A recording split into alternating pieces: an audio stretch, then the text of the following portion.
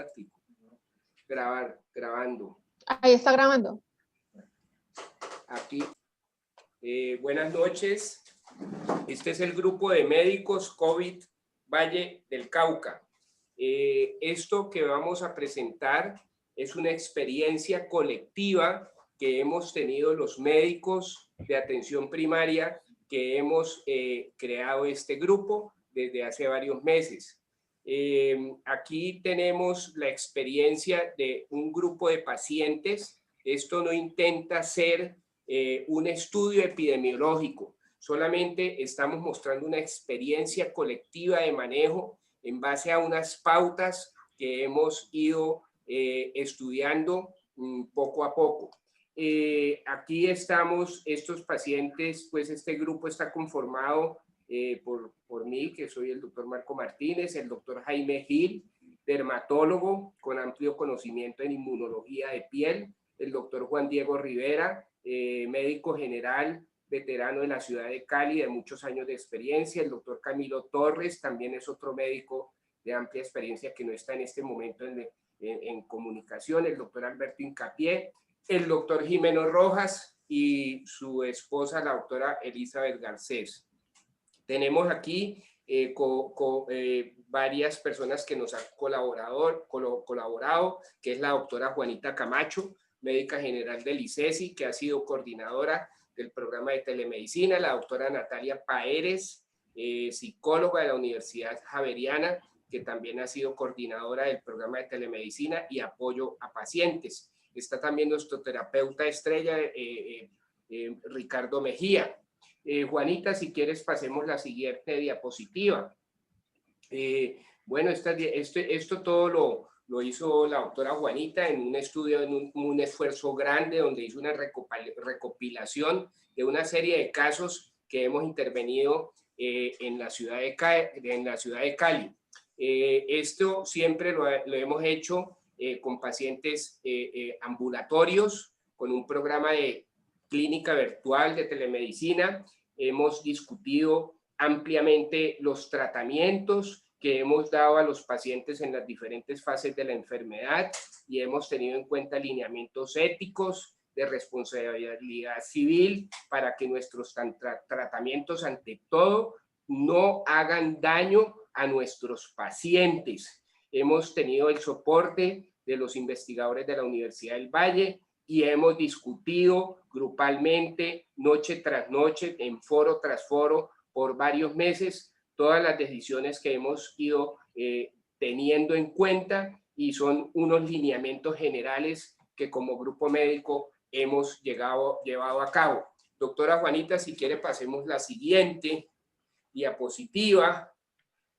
Bueno, el proceso ha sido básicamente en nuestro grupo, vale la pena decir que es un grupo que lleva más de 6 meses en estudio, de muchos médicos de la ciudad de Cali y de otras ciudades, donde hay un apoyo interdisciplinario de diferentes especialidades a las cuales siempre hemos acudido.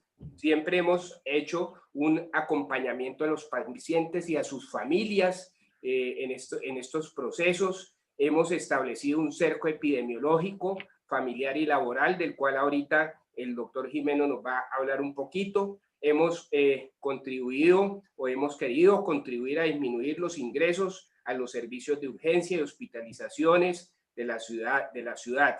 Y por otro objetivo de nosotros ha sido contribuir a reducir la letalidad de la enfermedad. Yo aquí voy a hacer una pausa. Yo creo que esta es la introducción. Doctor Jimeno, yo quiero que usted nos dé un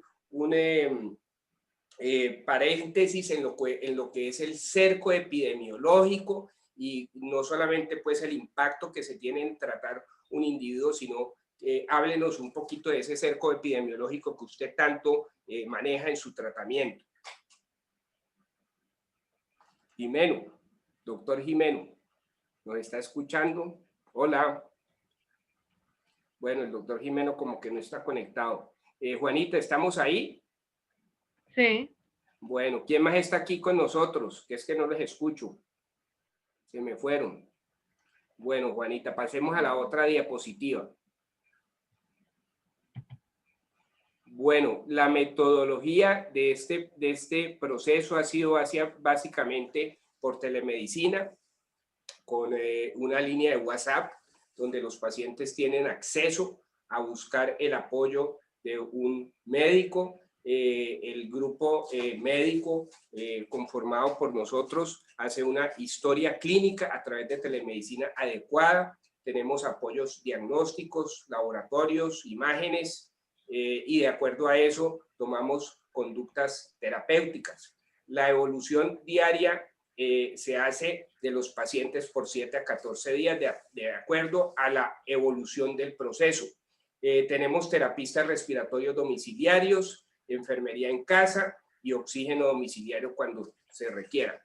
¿Quién está ahí? Por favor, me pueden, no los escucho, está solamente... Aquí estoy, Marcos. Sí, Jimeno, yo quería, te hice una pregunta inicial, que nos hablaras un poquito del cerco epidemiológico que se hace en estos procesos.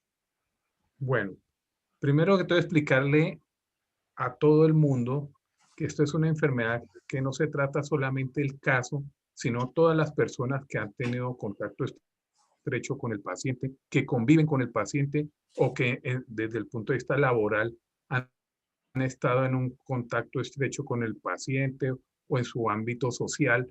Entonces, se trata de abarcar el tratamiento e identificación temprana, de un diagnóstico temprano de todas estas personas que han tenido un contacto estrecho con el paciente. Nos referimos a todas las personas que viven con el paciente, a los que laboran con el paciente o las personas que han compartido con él en sus últimos días. Esto es muy importante porque desde el punto de vista de diseminación de la enfermedad a través de todo del grupo social, esto ha tenido una propagación exponencial precisamente por el alto grado de contagiosidad de esta patología, y por lo tanto nosotros no podíamos obviar solamente el paciente, sino tener en cuenta todo este grupo o núcleo social que está alrededor del paciente. Esto era muy importante tanto para su detección temprana como para su intervención temprana, para precisamente evitar estas complicaciones hacia el futuro.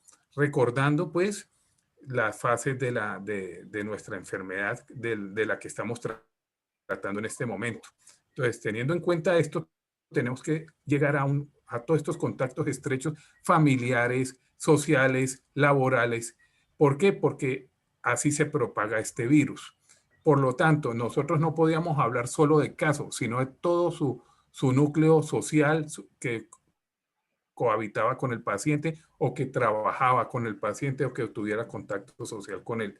Esto es muy importante desde el punto de vista de salud pública, y esto era lo que nos permitía entrar a intervenir tempranamente, que ese es el principio de esta propuesta que nosotros llevamos a cabo a través de este grupo. Bueno, aquí hay que tener en cuenta que esto ha sido pues una recopilación de casos, y muchos de estos pacientes no lograron entrar en la fase temprana, ¿no? Entonces, en algunos de ellos tenemos recopilación de casos a los cuales no se les hizo intervención temprana, desafortunadamente, ¿no? Doctora Juanita, ¿por qué no sigue usted con las otras diapositivas? Que yo creo que ahorita a esta diapositiva es muy importante. Doctor Jaime Gil, usted está por ahí. Nos está escuchando el doctor Jaime Gil. ¿Cómo no? Por acá estoy. Bueno, doctor Jaime Gil, es que yo le voy a preguntar una cosa, porque nosotros aquí tenemos un esquema, aquí están las propuestas que utilizamos en la parte de intervención temprana, que todos pues ya sabemos que es con ivermectina, nitazoxanida y aspirina, que fue la propuesta que nos hizo el doctor Oscar Gutiérrez y el doctor Raúl Corral en base a los estudios que hicieron allá en la Universidad del Valle. Pero hay una fase de la enfermedad que usted conoce muy bien, que es la fase inflamatoria. ¿Por qué no nos cuenta un poquito su experiencia con los medicamentos en la fase inflamatoria, doctor Jaime Gil? ¿Cómo no? Con mucho gusto, claro, Marco. Nosotros hemos visto que después de esa fase inicial, que hemos llamado la fase viral, entramos en la fase inflamatoria que ocurre más o menos entre el sexto y el séptimo día, que nosotros hemos llamado el día D. Ese sexto día es un día determinante en el que tenemos que intervenir con inmunomoduladores y medicamentos antiinflamatorios que nos permitan modular esa respuesta inflamatoria severa que ocasiona el virus SARS-CoV-2. Entre esos medicamentos inmunomoduladores hemos propuesto el uso de antioxidantes. Por ejemplo, tenemos la vitamina C acompañada de zinc, tenemos la N-acetilcisteína y la vitamina D3. La vitamina D3 se ha encontrado que tiene un interés y una importancia manifiesta en todos los procesos inflamatorios, al punto que ya de vitamina ha pasado a ser considerada una hormona e incluso una neurotransmisora. Está inclusive en este momento en investigación, en estudio para enfermedades degenerativas del sistema nervioso central como la enfermedad de Alzheimer y la enfermedad de Parkinson. De manera que por ese lado, creo que queda más o menos explicado el tema. Los antiinflamatorios a los cuales hemos nosotros recurrido han sido el naproxeno, el ibuprofeno, en mucho menos casos, porque el naproxeno nos ha dado mejores resultados. Lo hemos visto que ocasiona menos efecto inflamatorio a nivel gástrico. La colchicina, que es un poderoso antiinflamatorio y que a pesar de que tiene un margen de seguridad estrecho, porque la colchicina de la dosis de terapéutica a la dosis tóxica, pues tiene un margen muy pequeño, pero bien manejado nos ha ocasionado unas respuestas muy, muy satisfactorias, sobre todo en los pacientes que comienzan a presentar dificultad respiratoria, cuya tos no cede, que son pacientes que comienzan a saturar por debajo de 93. Les combinamos a la colchicina la dexametasona o la metilprednisolona. Entre los antiparasitarios hemos usado dos, como ya lo anotaba Marco, la ivermectina y la nitazoxanida, que hemos visto que tienen un efecto complementario. Hay una sinergia porque hay unos claros efectos antivirales de ambos medicamentos. La ivermectina, por ejemplo, es también un protector del endotelio. Hemos visto que tiene una potenciación de los productos, de los medicamentos antiinflamatorios, al punto que nos ayuda bastante en ese punto. Y además tiene unos efectos muy importantes sobre las importinas y otros mecanismos que contribuyan a que el virus entre a la célula. Eso lo impide la ivermectina.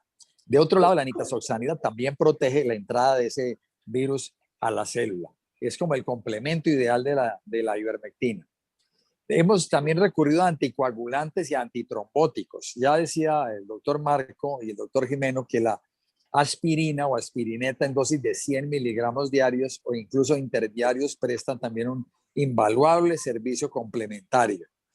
La heparina de bajo peso molecular o heparinas fraccionadas, suministradas a unas dosis precisas, adecuadas, digamos, los pacientes que pesan más de 60 kilos en dosis de 60 miligramos diarios, por debajo de 60 kilos entre 40 y 60 miligramos, dependiendo de lo que nos digan el dímero D, el fibrinógeno y los demás patrones inflamatorios y su PCR, y el clopidogrel, uno de los medicamentos que no hemos utilizado mayormente de manera consuetudinaria ha sido el dipiridamol. Pero del dipiridamol o persantina hemos encontrado que también tiene efectos no solamente antiinflamatorios, sino antivirales. Hay unos estudios bien interesantes sobre el dipiridamol en coronavirus. Doctor, nosotros, hay otro medicamento que no está aquí apuntado que usted nos ha alentado a utilizar y que conoce mucho, que es la pentoxifilina. Claro. ¿Cómo no? Uno de los medicamentos a los que hemos recurrido también de un tiempo relativamente corto acá, pero que a mí me ha brindado unas enormes satisfacciones, es la pentoxifilina, que es una metilxantina. La pentoxifilina tiene efecto antiagregante plaquetario, o sea que potencia el efecto antiagregante de otras moléculas, como por ejemplo el clopidogrel o el dipiridamol o la misma aspirina, por lo cual hay que tener cuidado con cuadros de sangrado. Pero además tiene un efecto inmunomodulador desde el punto de vista de que interviene en la expresión de la interleuquina 6 y la interleuquina 1, que son las que están precisamente implicadas en la tormenta de citoquinas. Y como agregado, tiene una importante acción en el factor de necrosis tumoral alfa. Entonces, es un muy buen medicamento que nosotros utilizamos en algunas formas de vasculitis, en dermatología, y que, por ejemplo, en aftas, en aptosis oral, en la enfermedad de Behçet, en la aptosis bipolar de Turén, ha mostrado unas muy buenas acciones. Lo mismo en úlceras de miembros inferiores. Tiene un efecto hemorreológico porque ayuda a la deformabilidad del glóbulo rojo, lo que ayuda a esa elasticidad y que llegue hasta los capilares más pequeños, de menor diámetro, y transporte oxígeno justamente a esos sitios. Entonces, en el mecanismo que hemos visto nosotros de la endotelitis que compromete y que ayuda a esa trombosis de los capilares y del intersticio, ese cambio o esa superficie de intercambio gaseoso que hay en el alvéolo capilar, pues ayuda a que circulen más fácilmente esos glóbulos rojos por esos capilares de los alvéolos. De manera que la pentoxifilina realmente ha brindado, como les digo yo, un servicio enorme. Bueno. Entre los antibióticos, vale la pena que anotemos eso. Ya los antibióticos finales, habíamos echado mano inicialmente de la citromicina, pero la citromicina la fuimos dejando de lado ya hace unos meses, porque vimos que la citromicina podía potenciar efectos cardiotóxicos con otros medicamentos. La citromicina inclusive era mucho más gastrolesiva, por ejemplo, que la doxiciclina, entonces fuimos reemplazándola paulatinamente por la doxiciclina, de la cual hemos visto también efectos antiinflamatorios. Hay inclusive unos trabajos donde se esboza alguna capacidad de la doxiciclina para contrarrestar los efectos virales, o sea, tendría algún efecto antiviral que no está lo suficientemente claro, pero también podría ayudar en ese sentido. La amoxicilina, el ácido clavulánico, o sea, amoxicilina clavulánico, también es una alternativa interesante y nosotros echamos mano de ella cuando los pacientes siguen presentando una fiebre después del sexto, séptimo día y no toleran de pronto la doxiciclina, porque hay pacientes que han presentado algún antecedente de intolerancia a la doxiciclina. Es una muy buena alternativa. ¿Cómo no, Marco? Bueno, doctora Juanita, ¿por qué no sigue usted con el resto de la presentación y al final hacemos unos comentarios para que el doctor Juan Diego Rivera también nos comparta experiencia y la doctora Natalia? Pero esta es una parte muy importante de la presentación. Doctora Juanita, es usted la que sigue. Bueno, entonces pues estos fueron los hallazgos de los pacientes que incluimos en la experiencia. Incluimos 2.075 pacientes, de los cuales 55.5% fueron mujeres y 44.5% fueron hombres. El total de muertes para todos los pacientes fueron 20, para un porcentaje de 0.96%, de los cuales 5 fueron mujeres y 15 fueron hombres. El total de hospitalizados fueron 25, el 1.2%, y el total de ingreso a UCI fue de 24, o sea, el 1.15%. Esta es una gráfica donde se muestra la distribución por edad y género. Vemos que los grupos de menor de 30 años fueron el 13% de todos los pacientes, de los cuales 58% fueron mujeres y 42% fueron hombres. El siguiente grupo fueron los de 30 a 49 años, para un porcentaje de 28%, 52% fueron mujeres y 48% hombres.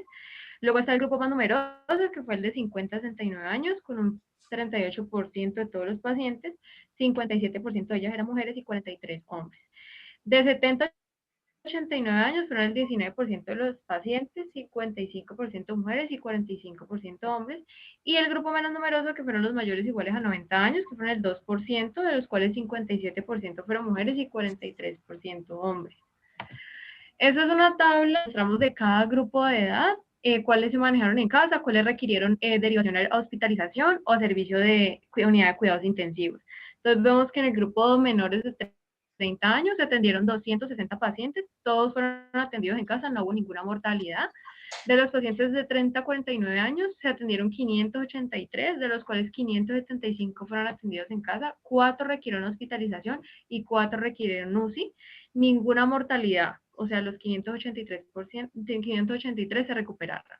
Luego de 50 a 69 años se atendieron 791 pacientes, de los cuales 768 se atendieron en casa, 14 requirieron hospitalización, de los cuales falleció 1, y 9 requirió UCI, de los cuales fallecieron 3, para un porcentaje de recuperados de 99.4%.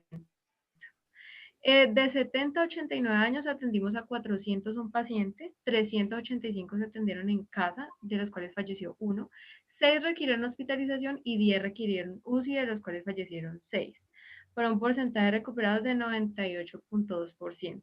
Y el último grupo, mayores o iguales de 90 años, se atendieron 40 pacientes, 38 de ellos se atendieron en casa, de los cuales fallecieron 7. Uno requirió hospitalización y falleció, y otro requirió unidad de cuidados intensivos y también falleció, por un total de recuperados de 77.5%. Entonces vemos que de los 2.075 pacientes que atendimos, 2.055 se recuperaron, o sea, un 99.03%. El total de pacientes que requirieron tanto hospitalización como UCI fueron 49. Luego, esa es una gráfica que me muestra la letalidad según los grupos de edad. Vemos que de 50 a 69 años hubo 4 muertes, todos de ellos masculinos. De 70 a 89 años hubo 7 muertes, 6 masculinos y un femenino. Y mayores iguales a 90 años hubo 9 muertes, 5 masculinos y 4 femeninos. Las comorbilidades más frecuentes de estos pacientes que fallecieron eran obesidad, hipertensión, diabetes, tabaquismo y arritmias cardíacas. Y según el sitio de fallecimiento los dividimos, de los cuales 10 fallecieron en UCI, que fueron el 50% de los pacientes, 8 fallecieron en casa, que fueron 40%, y 2 fallecieron en hospitalización, que fueron el 10% de todos los fallecidos, que fueron 20 en total. Y eso es un cuadro para comparar la letalidad nacional versus pues, nuestra experiencia. Vemos que yo agregué los datos del Instituto Nacional de Salud debido a que nuestros rangos de edad eran de a 20 años y los de ellos son de a 10 años, entonces agregué y sumé los valores para que tanto los números como los porcentajes fueran equiparables. Entonces vemos que por cada rango de edad el porcentaje de letalidad nacional siempre fue menor a la letalidad de nuestro estudio. Se ve más evidenciado en el último grupo, los mayores de 90 años. La letalidad nacional fue de 33.5% y nuestra letalidad del 22.5%, casi 10% menos. Y en cuanto a la letalidad esperada, se hizo el cálculo según las cifras nacionales y vemos que también siempre la letalidad esperada fue mucho mayor a la letalidad real. Por ejemplo, en el grupo de 70 a 89 años se esperaban 76 y nada más se obtuvieron 7 muertes. Bueno, doctora Juanita, entonces, muchas gracias. Estas son las conclusiones de este estudio. De los pacientes intervenidos, el 97.6 no requirió manejo interhospitalario, no hubo mortalidad por debajo de los 59 años. El paciente que más joven falleció en esta observación fue de 59 años y la mortalidad total fue del 0.96%. La mortalidad por grupos de edades de los pacientes intervenidos farmacológicamente de manera ambulatoria es inferior a lo esperado en las estadísticas nacionales. Y pues esta es una experiencia muy interesante que hemos tenido como grupo a partir de telemedicina para poder apoyar a los pacientes con COVID en su casa. No se evidencia el impacto obtenido, esto es muy importante, en los cercos epidemiológicos a los cuales se refirió el doctor Jimeno inicialmente. O sea, esto es solamente sobre los pacientes intervenidos como enfermos como tal, pero no estamos contando el grupo familiar que también fue intervenido. Entonces esto puede tener un impacto mucho más grande a nivel de salud comunitaria. Doctor Juan Diego Rivera, ¿está por ahí? Sí, Marco, acá estoy. Yo, Juan Diego, el doctor Juan Diego Rivera es un médico de amplia experiencia en medicina familiar a nivel de la ciudad de Cali, y yo quisiera que nos dieras brevemente cuál ha sido tu experiencia en este tipo de experiencia que hemos vivido. Muchas gracias, Marco. Pues mira, hombre, la experiencia ha sido realmente muy motivadora, porque ha permitido intervenir no solamente a la familia, no al paciente, sino también a la familia. Y esto ha logrado un alto impacto, y esa última conclusión, que no es evaluable de acuerdo al estudio que se realizó, sí genera de una u otra manera la posibilidad de que en un futuro esta información pudiera ser tabulada o estudiada por parte nuestra o de cualquier otro grupo, porque el impacto ha sido maravilloso. La otra cosa es que la telemedicina, la teleconsulta y el trabajo integral con terapia respiratoria, con apoyo diagnóstico de laboratorio en casa, con apoyo diagnóstico de rayos X, ha sido realmente muy importante para lograr que estos pacientes eviten llegar a la clínica y pueda hacerse un manejo adecuado en su casa, en su entorno, muy cerca a su familia, que de una u otra manera también contribuye al buen resultado de cualquier tratamiento médico, Marco. Ok, muchas gracias, Juan Diego, muchas gracias. Doctora Natalia Paeres, usted cuéntenos algo de su experiencia como psicóloga manejando estos pacientes que tanto nos ha colaborado desde su parte. Cuéntenos algo de su experiencia. Pues, doctor, yo pues primero muy agradecida por esta oportunidad. He aprendido mucho. Mi experiencia, aparte de pues, lo que viví personalmente con mi familia, he podido ver que muchas familias atraviesan por lo mismo, ¿no? El choque, el trauma, la ansiedad, la angustia, depresión. Y no solamente el COVID deja, lo que he visto, deja pues todos los síntomas físicos como tal, sino que también hay un síntoma y es la enfermedad o la parte mental, ¿no? El síntoma de la angustia, y no tenemos en este momento como un remedio que los pueda ayudar. Simplemente con un buen acompañamiento, con un buen seguimiento, las personas se sienten sujetadas pues de la mano, que alguien nos está ayudando, cosa que personalmente a mí no me pasó y por eso yo entré pues en una crisis y mi familia también. Entonces, poder tener esa oportunidad de hablar con los pacientes, con sus familias, tratar de ayudarlos, mostrarles una luz, ha sido muy gratificante y he visto pues una buena respuesta por parte de todas las personas, de los pacientes que hemos atendido. Y bueno, yo pues estoy muy contenta, he aprendido, como les dije, mucho y sobre todo de ustedes, de la parte pues como médica, científica.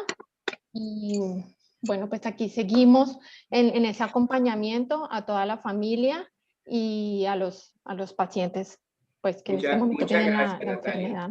Muchas gracias. Doctor Jimeno, Marco, yo quiero... Sí, doctor Juan Diego, Marco, tiene un minuto a mí para sí cerrar. me gustaría... Sí. Sí, Marco, sí me gustaría decir la importancia que tiene el seguimiento al paciente de manera constante.